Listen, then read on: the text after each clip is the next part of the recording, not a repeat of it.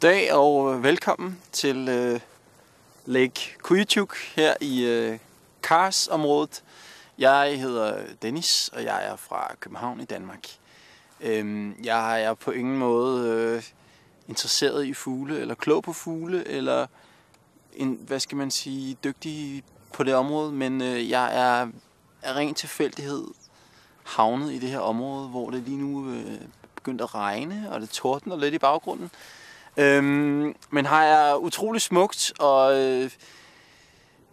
selvom man ikke måske er så interesseret i fugle, så er det et virkelig, virkelig flot område at se. Og dem, der ser det her, de er nok interesseret i fugle, så der er masser af specielle arter at se i det her område.